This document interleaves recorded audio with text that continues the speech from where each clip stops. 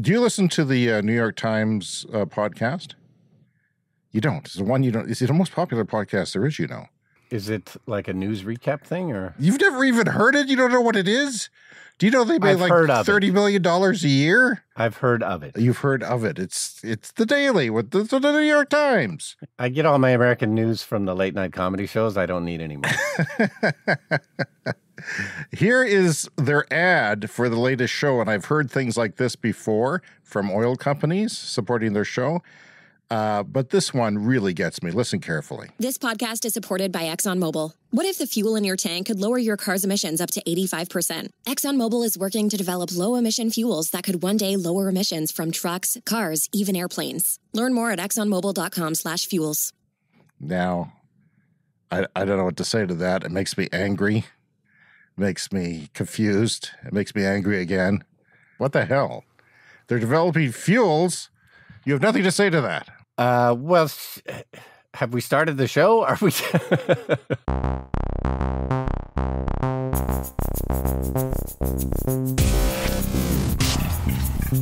Hello and welcome to episode 111 of the Clean Energy Show. I'm Brian Stockton. I'm James Whittingham. This week, the myths that are holding back renewables. No, they don't involve dragons. Switzerland is planning to build the tallest building ever made out of wood. I guess they've never heard of a little story called The Three Little Pigs. All that and so much more on this edition of the Clean Energy Show.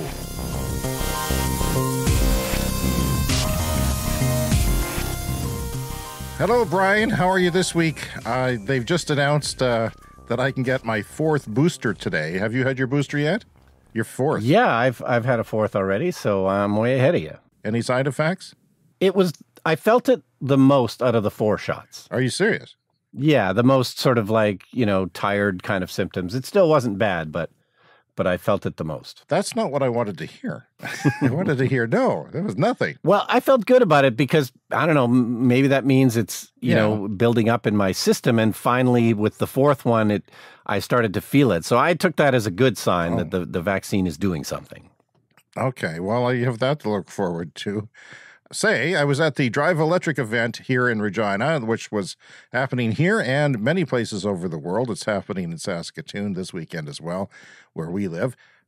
This is an event where people bring out their EVs and show them off to the community and answer questions, sort of EV owner give back to the community to help EV adoption. Yeah. This year, the weather was piss poor where we are, so they moved it inside a convention center, an art center.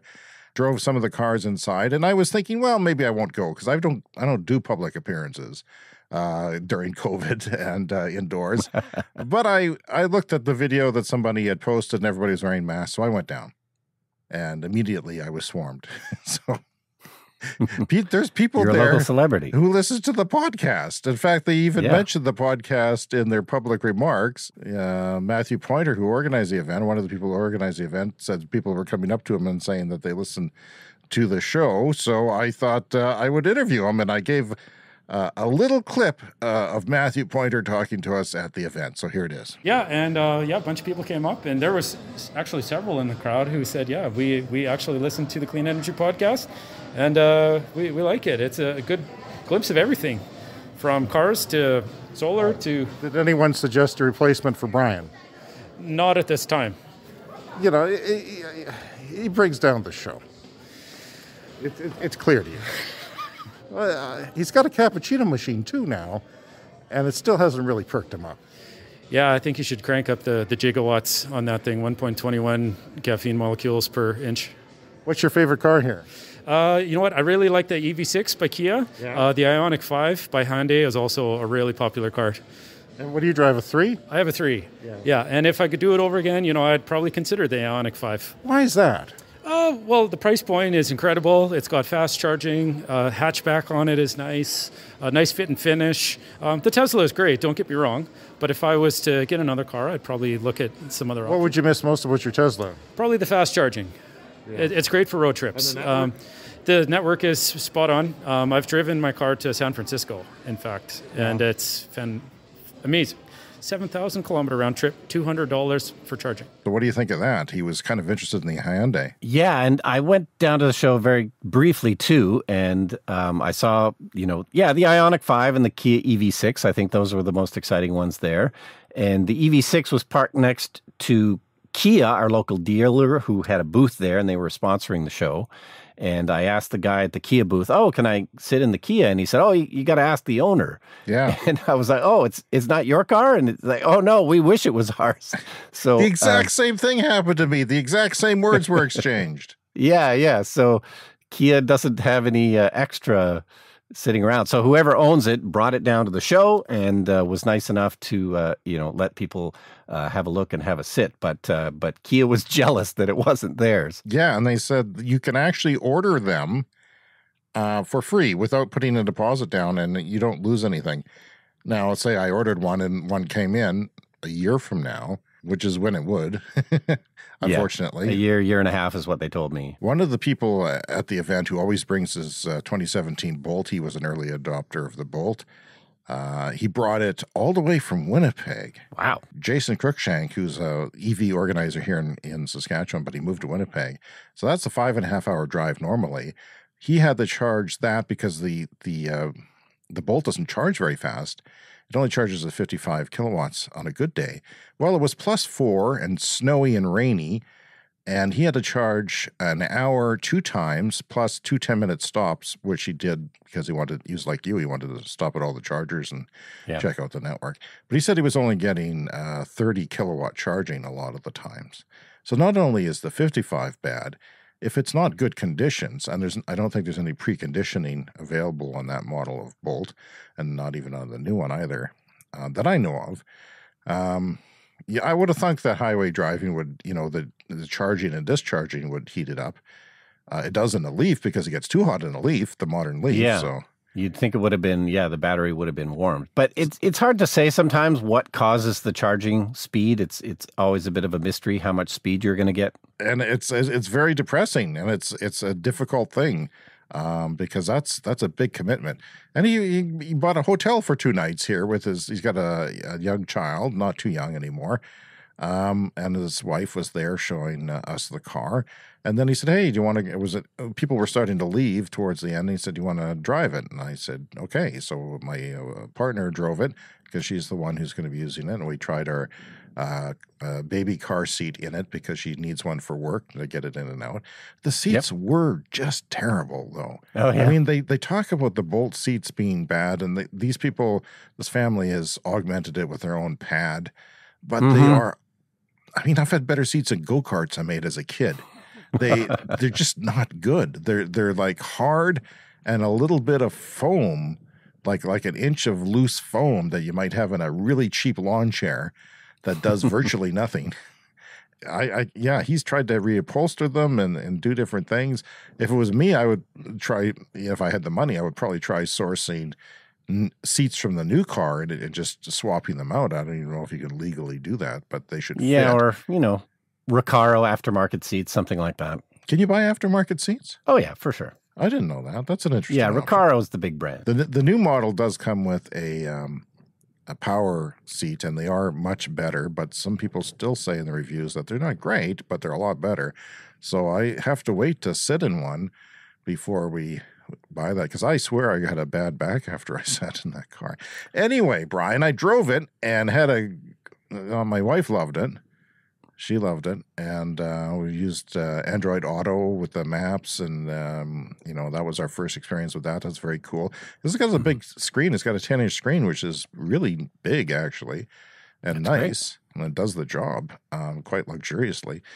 And I tried the one-pedal driving for the first time in my life. Now, if you're new to EVs, one-pedal driving is when the brakes do so much regenerative braking on a setting that they will bring you to a complete stop. Like they'll aggressively without touching the brake. Yeah. All hybrids and electric cars have regenerative braking, so that the motor goes in reverse and makes electricity to put back in the battery as you're stopping. It uses your kinetic energy and turns it back into electricity.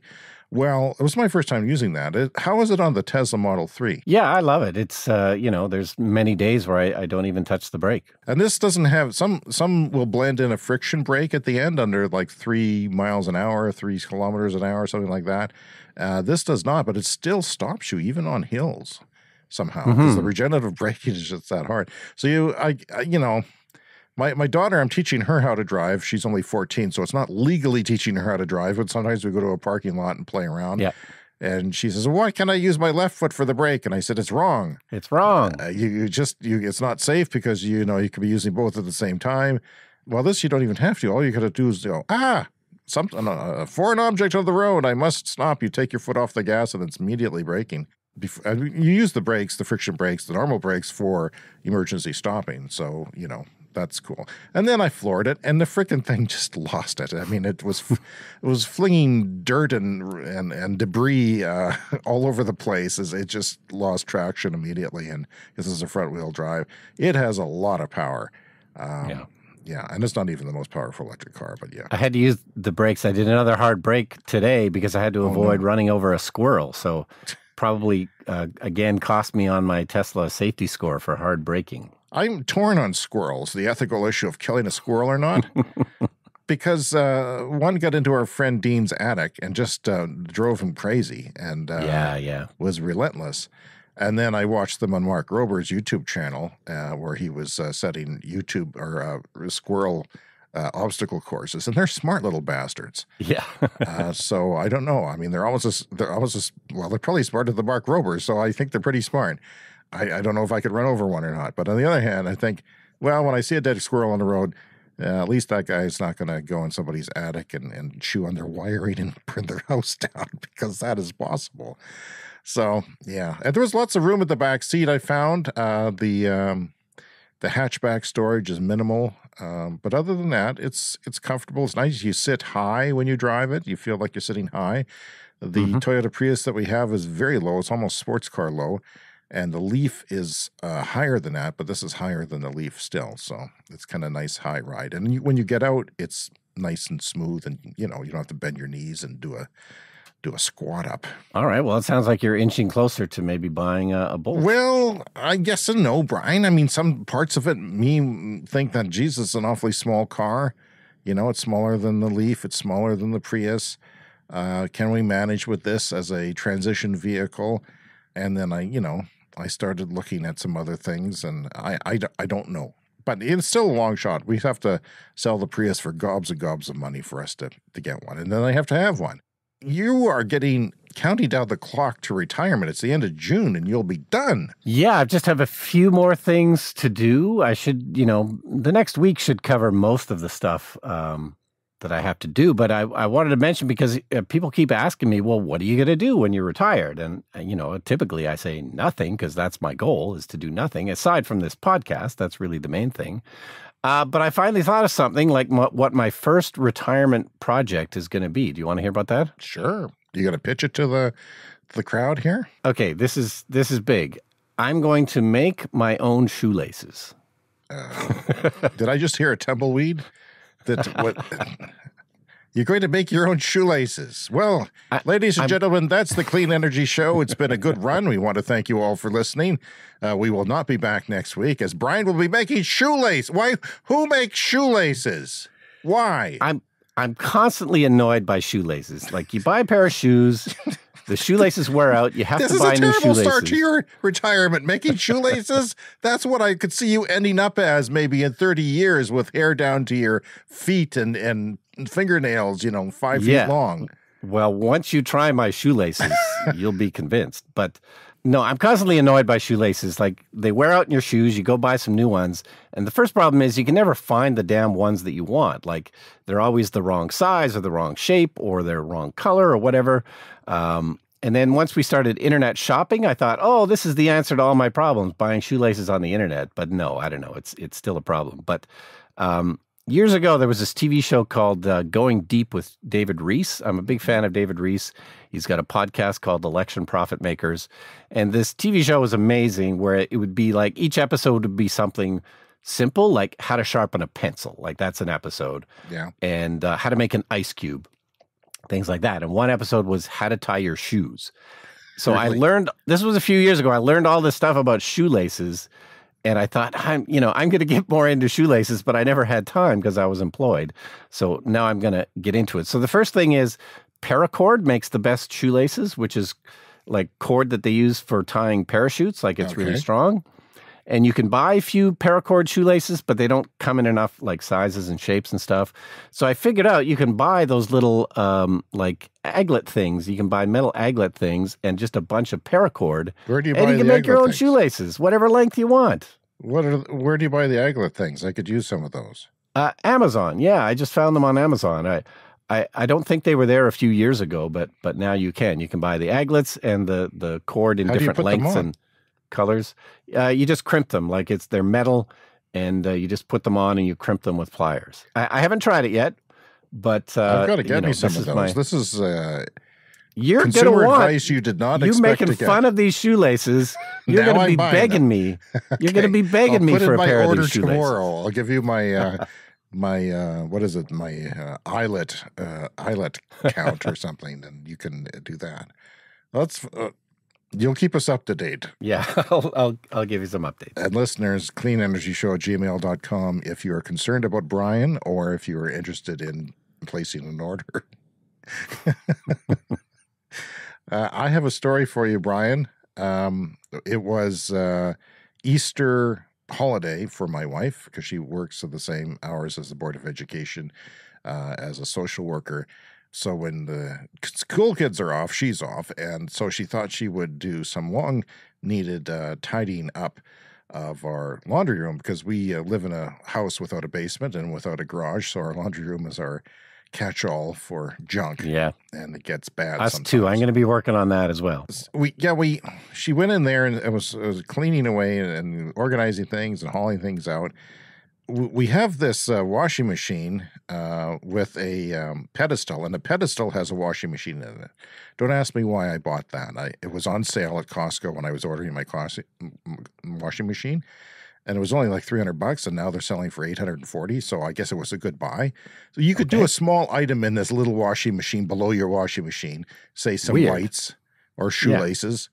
While you're doing your main load, or I don't know. Anyway, a couple of years ago, it shot water all over the laundry room, and I didn't install it. The movers did from Costco, and they're not very bright. I've talked about movers before; they're just out of jail, and they didn't put a clamp on that I saw on the YouTube video from the manufacturer, and it shot.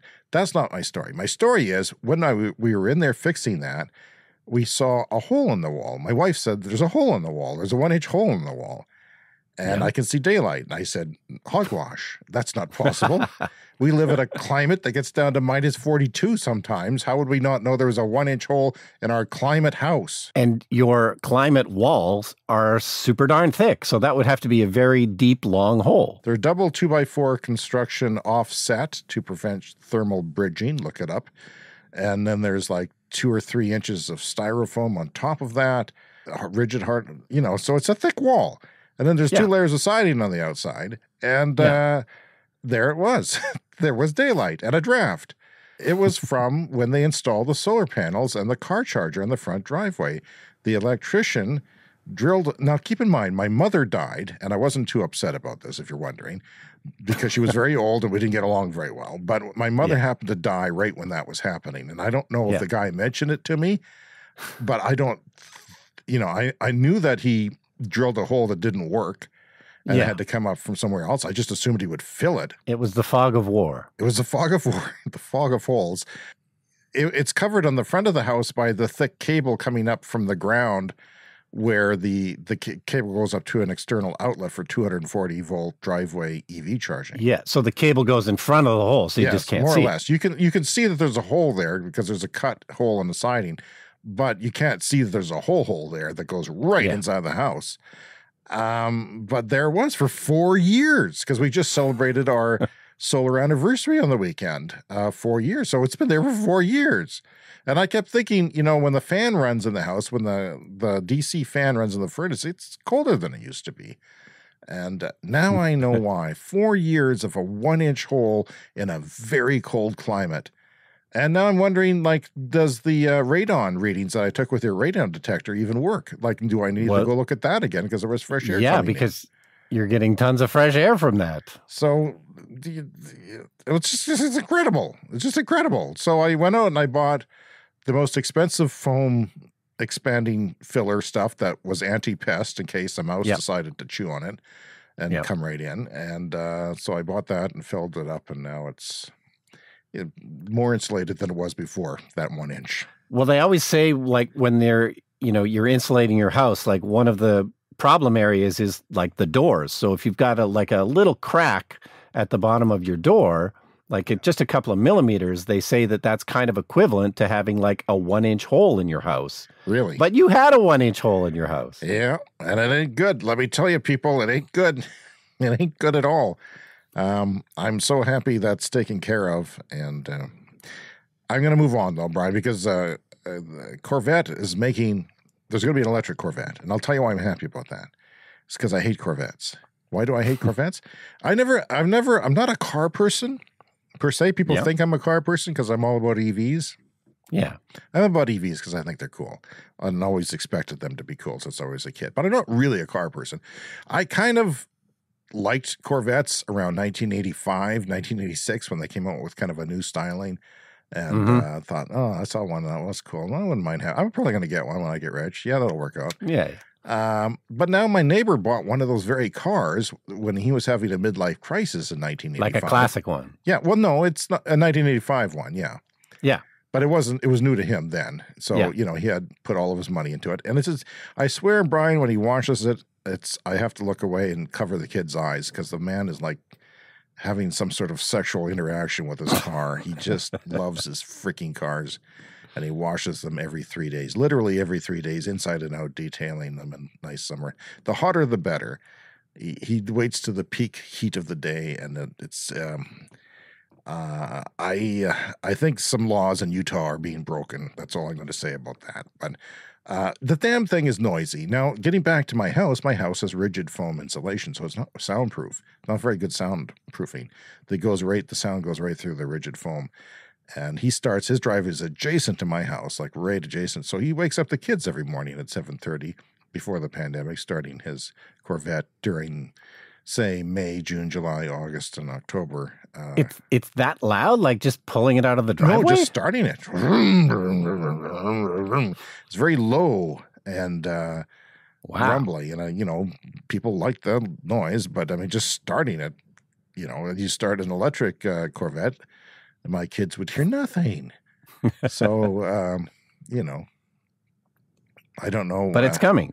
When we're bought out Corvette by Elon Musk, when the show was bought out for $500 million from Elon Musk, I'll buy him an electric just so that it's quiet. Electric Corvette. He probably won't like it, but I'll buy him some rags so he can wash it. And another weird thing that happened to me yesterday is I drove my daughters home from school, and I was thinking, my tires are really noisy. I wonder if they expanded in pressure.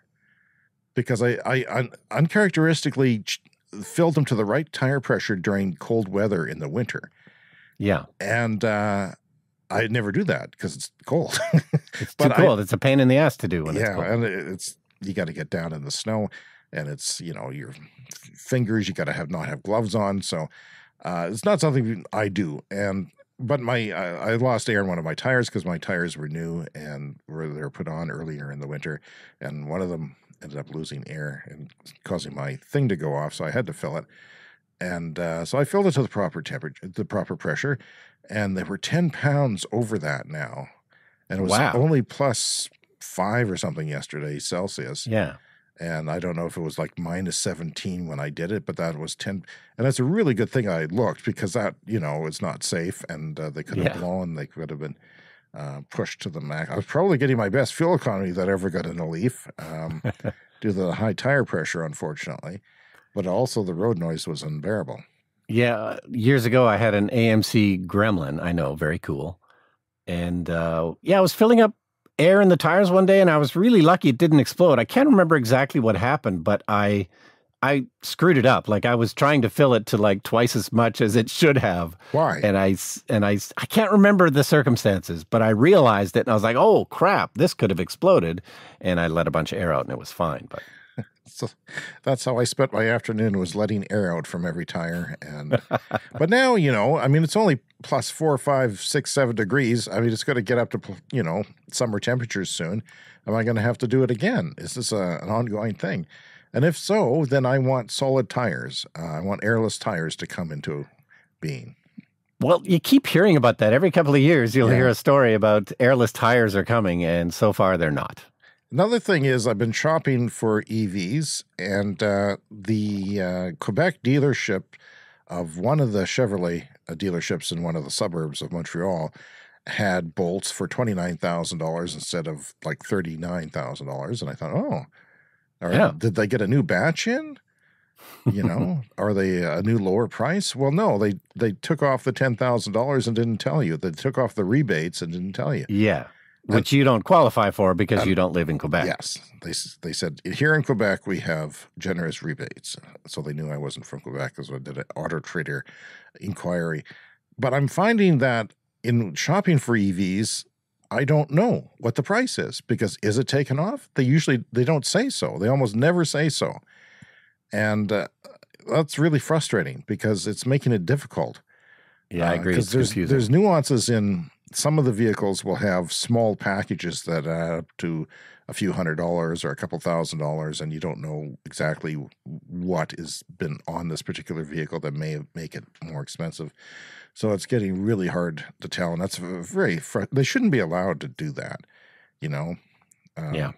I had the option, I was pricing out a vehicle today, and you have to click. I hate that you always have to click to add taxes. Who doesn't pay taxes? Do some people not pay taxes on cars, like GST and PST? No. Everyone pays taxes. Yeah, and then you think, I can afford that, and all of a sudden your monthly payment's $150 more a month because of taxes and destination fees and something like that. So, and also this week I was watching PBS Frontline. They have a 2-part series on big oil's influence, and I learned that in 1993, Al Gore, as the vice president, he wanted to introduce a carbon tax way back then. Now, I started hearing about carbon taxes way back then, but I didn't know he was on the verge of getting it passed. And then Big Oil lobbied one senator and got him to change his mind very easily. In fact, they were so impressed at how easy it was, they kept lobbying, and now we have the world we live in today. And it's all about emphasizing doubts in climate science. And the episode was not brought to you by the David H. Koch Foundation, I guarantee you. It was like other CBS program or PBS programs are. The Koch brothers were a target of this. And one final thing, Brian, that I want to talk about this week, if I may, is that we are changing the podcast to AAC MPEG 4 files instead of MPEG 3. Now, Breaking news. I've done some testing on this last week and countless research over the last couple of weeks. And AAC, this is a file format that is twice as good as MPEG 3 for the same size. So you could have half the file size and same quality, or you could have the same file size and basically twice the quality, which some people may or may not notice overly.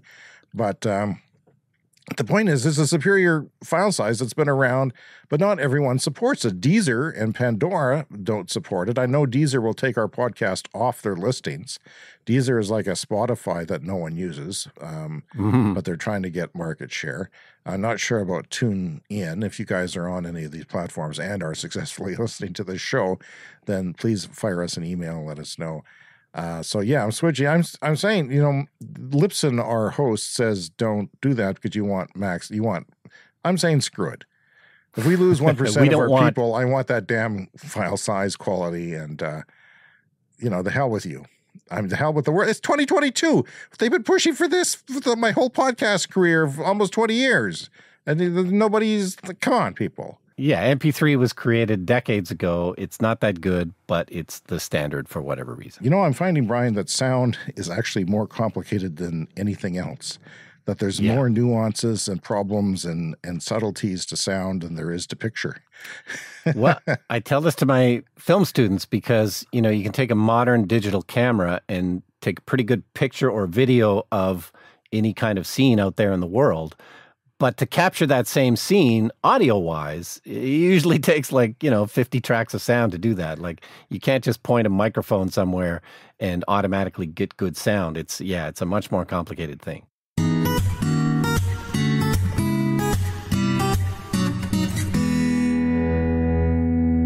I just wanted to update a few of our stories here that we've talked about before. The first one is that I was talking last week about radiant heat and how much I love that idea.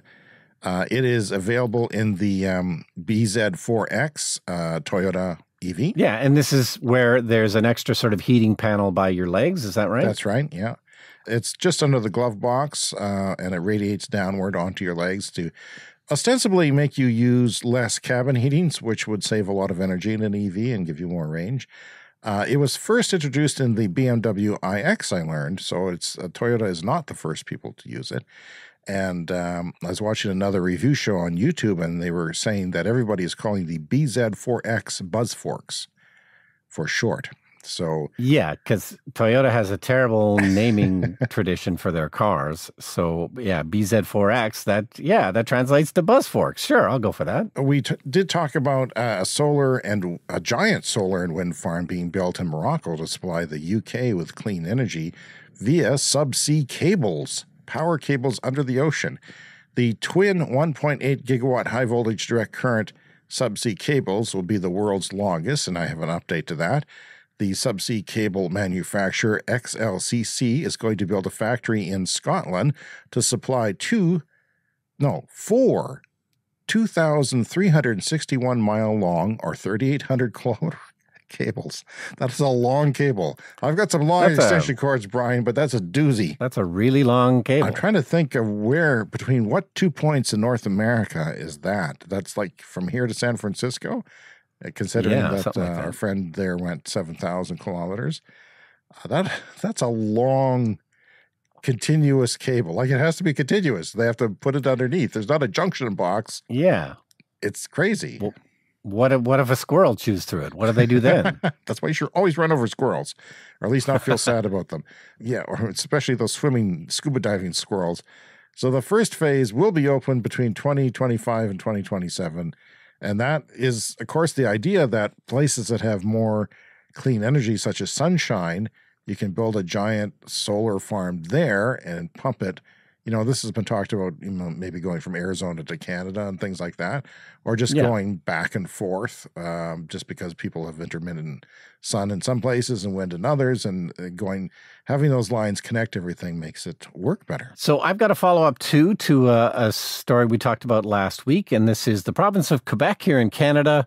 They have banned new hydrocarbon exploration, and they ended up giving a big payout to oil companies who already had leases or plans to develop oil wells and so forth. They paid out $100 million to shut down new oil production in Quebec. This is a very big deal, and I was kind of surprised how much of a non-story it was. Like if something like that happened around here, there'd be chaos and mayhem, and they'd be storming the legislative building. They would literally be storming buildings and taking to the streets. So I was watching Markham Hislop's YouTube channel, Energi Media, and he had an interview on there with Hugo Seguin, who's from the Montreal Centre for International Studies. And they were just talking about this, and I thought it was worth bringing up because his take on it was that it is literally a part of the culture, we often talk about how we're here in the middle of oil country, which we absolutely are. The province of Saskatchewan and Alberta, this is the heart of oil country in Canada. And it permeates everybody's sensibilities here. And people have a real pride around oil and gas. And, this is our heritage, for better or for worse. And of course, a lot of people have made their living on it over the years.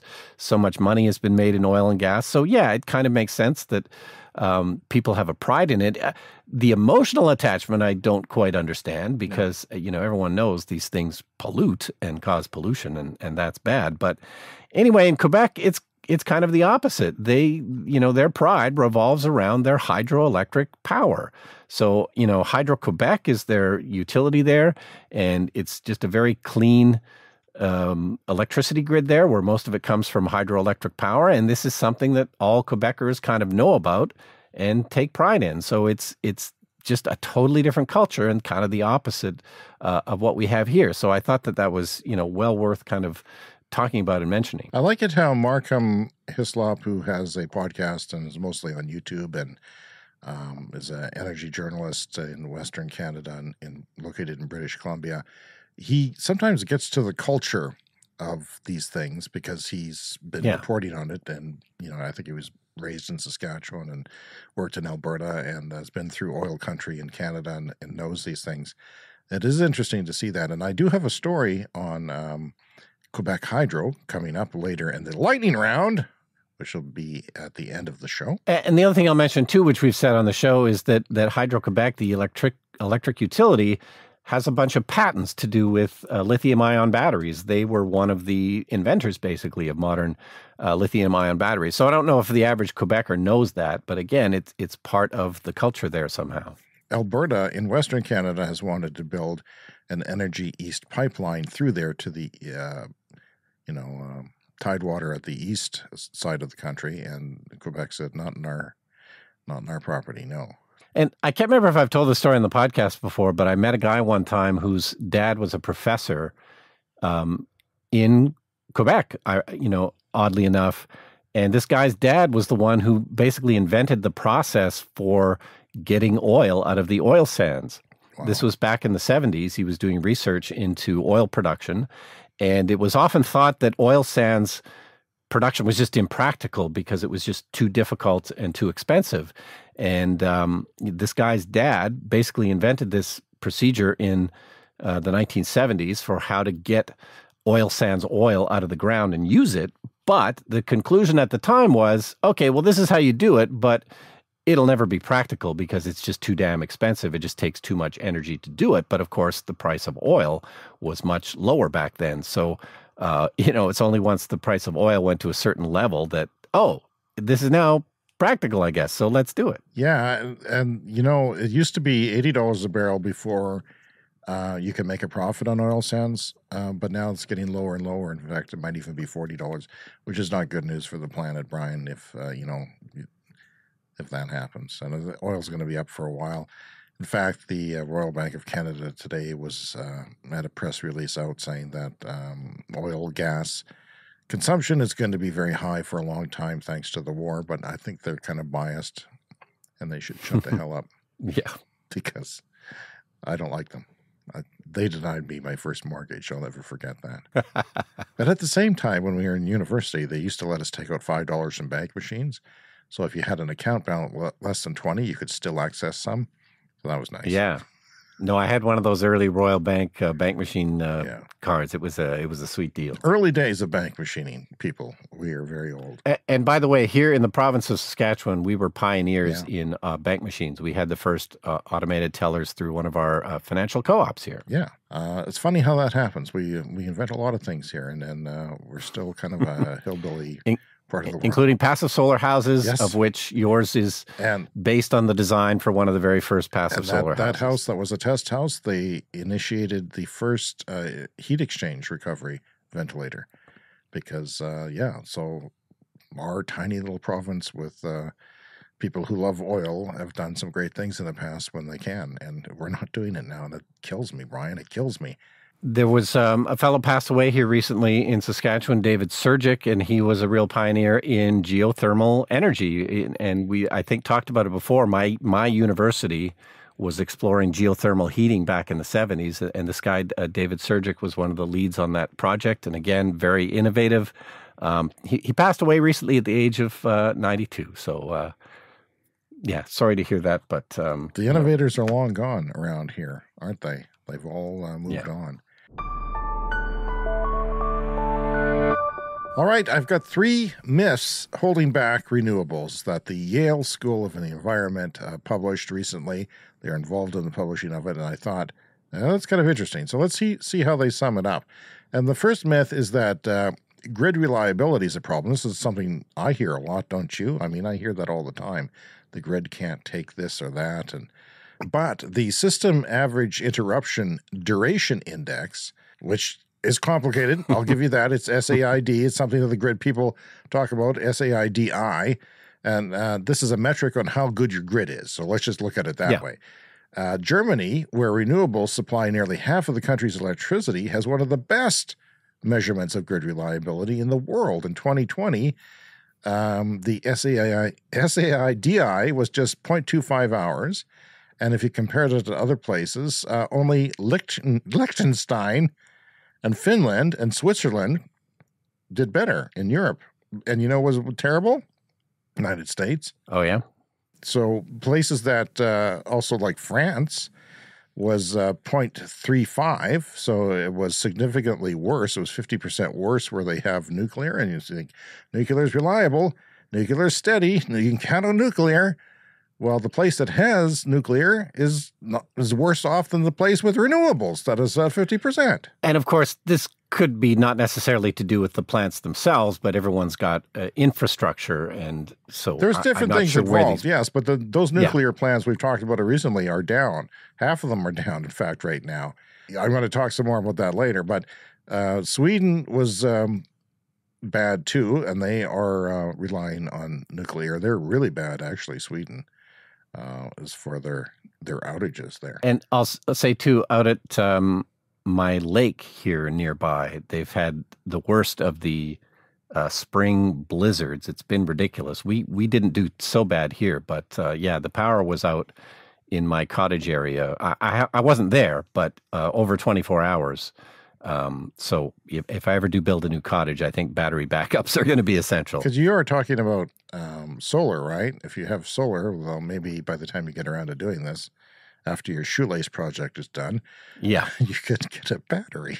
Solar and batteries. But it's people were freezing there. No electricity. Yeah, and you know what else I heard about? There's some people who said they ran out of gas for the fuel for their generators. And so, I mean, if that's because they were running so long. Yeah. That's something that doesn't happen if you have a natural gas supply and you can run your furnace with electric off a battery.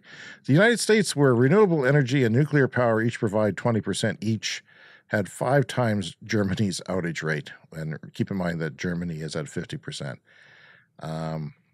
That's just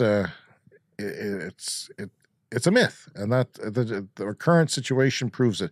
Myth number 2 is that countries like Germany with lots of renewables must continue to rely on fossil fuels to stabilize the grid and back up variable wind and solar.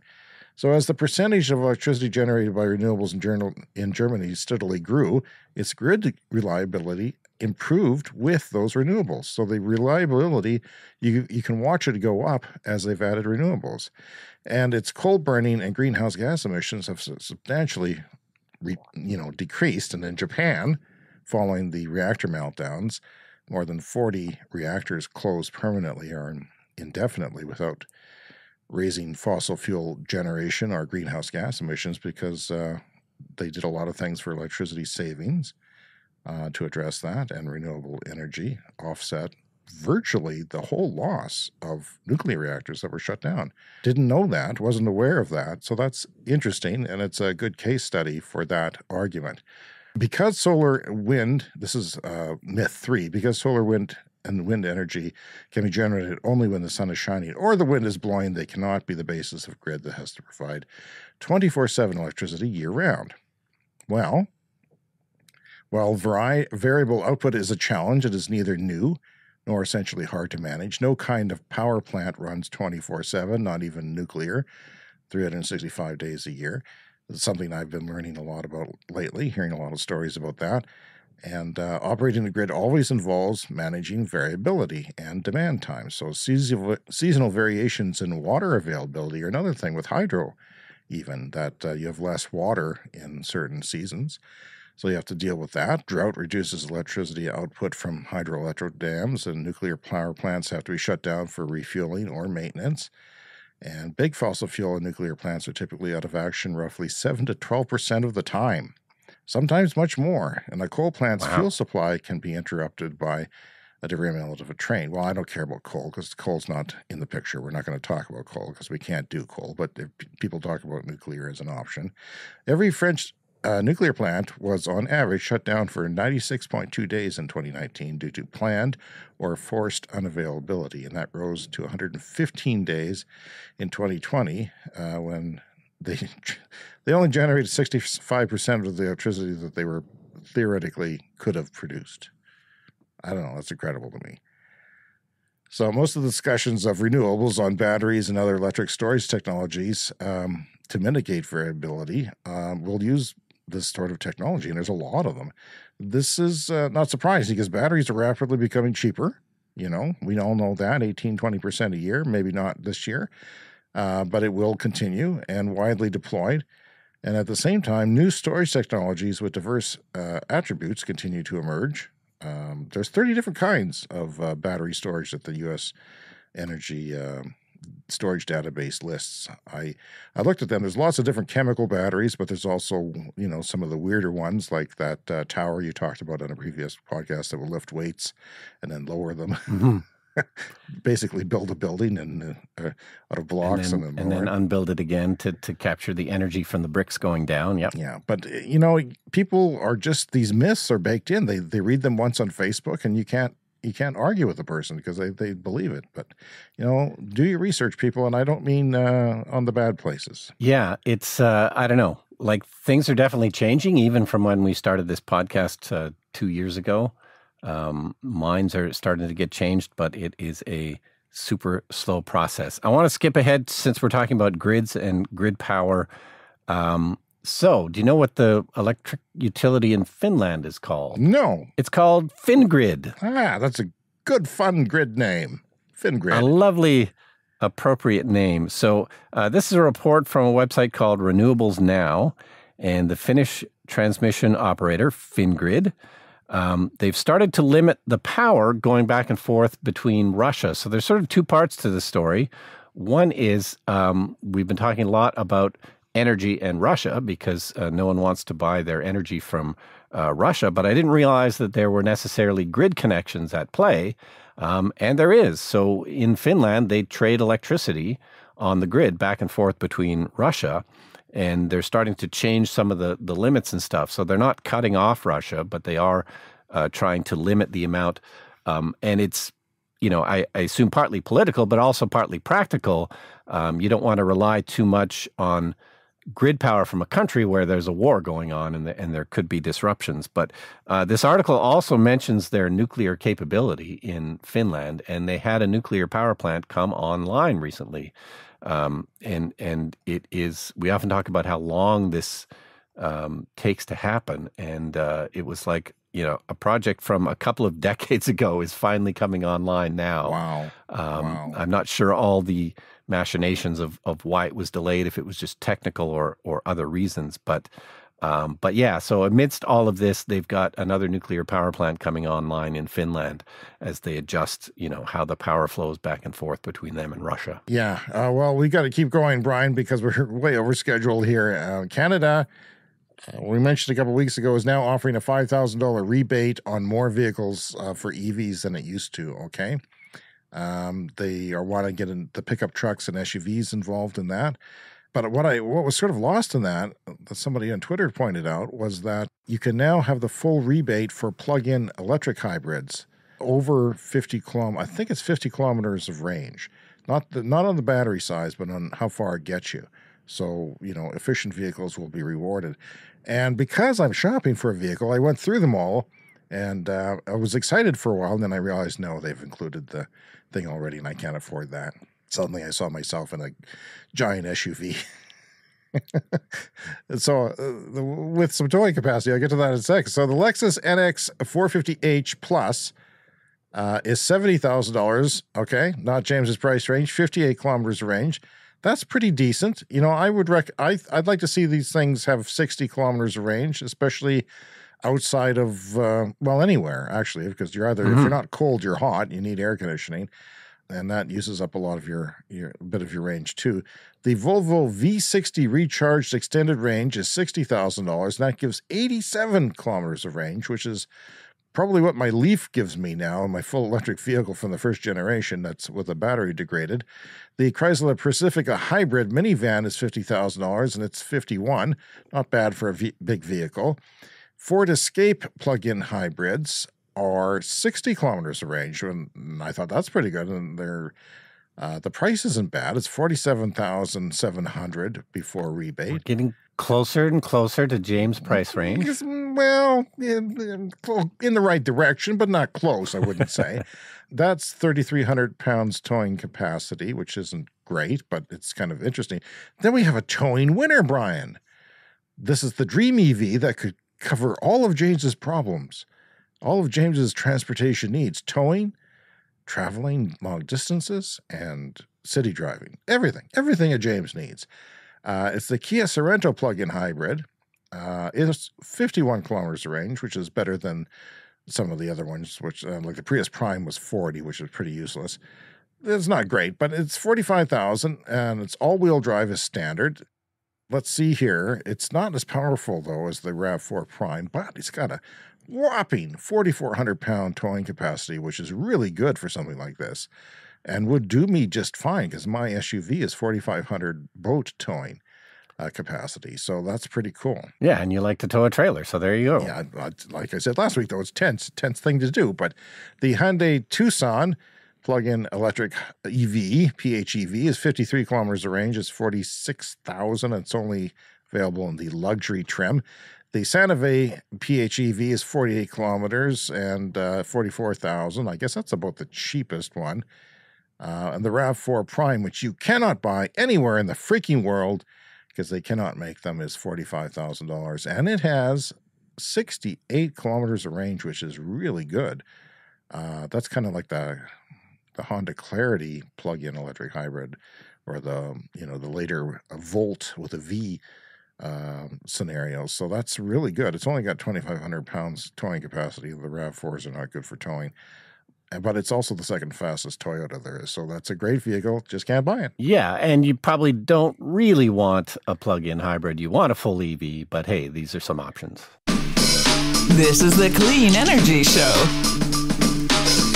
Okay, so I wanted to talk about timber frame buildings. So this is a recent trend in building. We talk often about the carbon footprint of buildings, and for like concrete, cement is quite carbon intensive, can create a lot of CO2 emissions.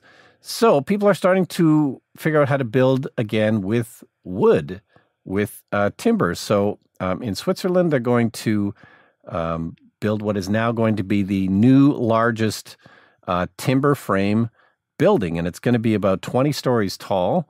The previous tallest timber building is in Norway, and it's 18 stories tall. So apparently you can, with a timber core made of wood, replace what would normally be a concrete core for these, surprisingly tall buildings, like 20-story building made out of wood. I think I love all of these new developments in wood. It's amazing. It is true. Like I have seen some stories on that. I think they're building like a 10-story building in Vancouver, or somewhere in British Columbia, Canada. The idea is that wood is renewable, and that the carbon that it takes to grow it is consumed as it grows, and when you get rid of it, it doesn't last forever, but can last 100 to 150 years or something like that, usually. So, yeah, it's interesting. I mean, I wonder about some of these houses that are made of wood, how long they're going to last where we live. But well, yeah, it's true. Like all of our homes, basically in North America, are all wood frame construction, and they always feel kind of temporary because of that. Like my house is now 50-some years old, and it's starting to show its age. So something like rammed earth is my favorite material for building houses, but I don't know. It's a great development because you wouldn't expect it for something like a high rise. Okay. Well, just a quick bit of feedback this week. Dawn on Twitter said, good episode. I might actually be able to fill my e-bike for 50 cents at Toronto's cheapest electricity rates, last from 1900 hours to 7 a.m. I was saying 50 cents to charge a car with low overnight rates that are getting proposed in Ontario. you could charge your car 50 cents. You can't even fill a bike for that. I actually meant like put air in your tires. But he's saying, he's talking about e-bikes. Okay, let's get to the lightning round.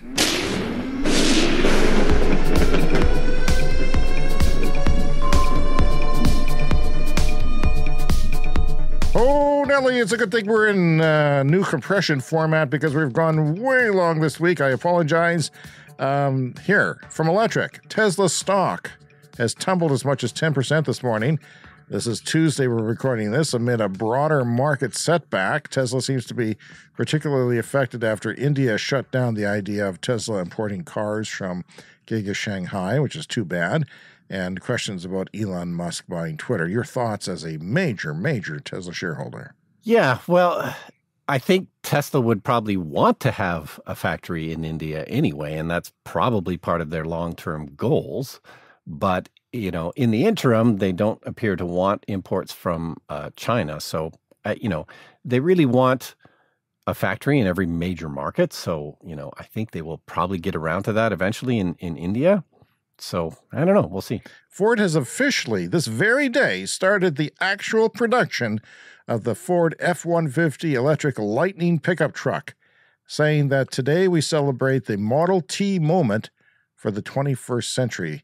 And Jim Farley, the CEO of Ford, also said this about the truck's capability. You can even charge other EVs for your friends that own Teslas. Very funny, sir. Very funny. Speaking of Tesla, Tesla is already using cobalt-free LFP batteries in half of its new cars. Do you have thoughts on that? Yeah, I was surprised to hear it was half. Of course, they've been shifting away from nickel batteries to iron batteries, which is the LFP, which also don't have cobalt because they're a lower cost battery. It's easier to get iron than it is to get nickel. But yeah, to hear that they're already up to half using the non-nickel batteries is quite surprising. Okay, a good news moment. The Biden administration is set to beat its 25 gigawatt goal of onshore wind by 2025. They're going to beat that goal, so that's good, but nobody knows about it because nobody cares about so-called windmills that affect people. Consumer Reports, you know, the former president is still going on about windmills. Windmills, yes. They're wind turbines. It's James's pet peeve. Yes, and toilets not flushing. My toilet flushes just fine, and I eat a lot of cheese. Consumer Reports says U.S. fuel taxes account for 29%, only 29% of state highway funds. So the fuel tax that is supposed to go to roads, to fix roads that you pay at the gas pump, only 29% of it goes to roads. So where does the funding come from when more and more drivers switch to electric vehicles, everyone wonders? Well, the other 71% of that money comes from the general revenues, which everyone pays, including EV owners. One of those stupid things that people think is a problem. That really, if you knew the ins and outs about it, it's not. State regulators approved a $4.5 billion transmission line that would deliver plentiful Quebec hydropower from Canada to New York City. Apparently, Quebec Hydro has hydro to spare, Brian. Yeah, that's great news. More of this cross-border but cooperation. Were they just sitting on that extra hydro that it was just waiting to go there? I mean, and what's up with that? It's hydro. They literally just have to turn on a tap. So a Stanford University paper says that a full transition to wind, water, and solar in 2050 would reduce energy needs by 57%. Energy costs would be reduced by 63%. We're talking about how, it's going to cost us so much money to go to clean energy. When it's all done, 63% less money on your power bill or anything else.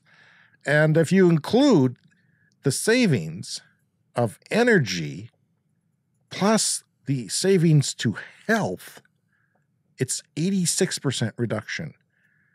And this is the thing that your normal person on the street at the donut shop doesn't get, that you and I do, and everyone who listens to the show. Clean energy is cheap energy. And it has a lot of benefits, and we should be doing it anyway. We should be doing it anyway. Finally, this week, Joe Biden has launched a $6 billion fund to save the United States nuclear reactors from falling into disrepair. France, however, is spending $50 billion to do the same. None of these French reactors would even pass regulatory approval if built today, according to The Guardian. Anyway, that is I'd say that's our time, but that's more than our time for this week, Brian. We'd like to hear from you. Contact us at the Clean Energy Show. That's cleanenergyshow@gmail.com on email. TikTok, Clean Energy Pod. And for now, on Twitter, Clean Energy Pod, until, Elon deletes us, if we are ever critical of him. You won't be, but I might be. And if you're new to the show, don't forget to subscribe, or as the kids call it today, follow our podcast to get more shows delivered each week to you when we release them. Thanks for listening, and we look forward to talking to everyone next week. See you next week.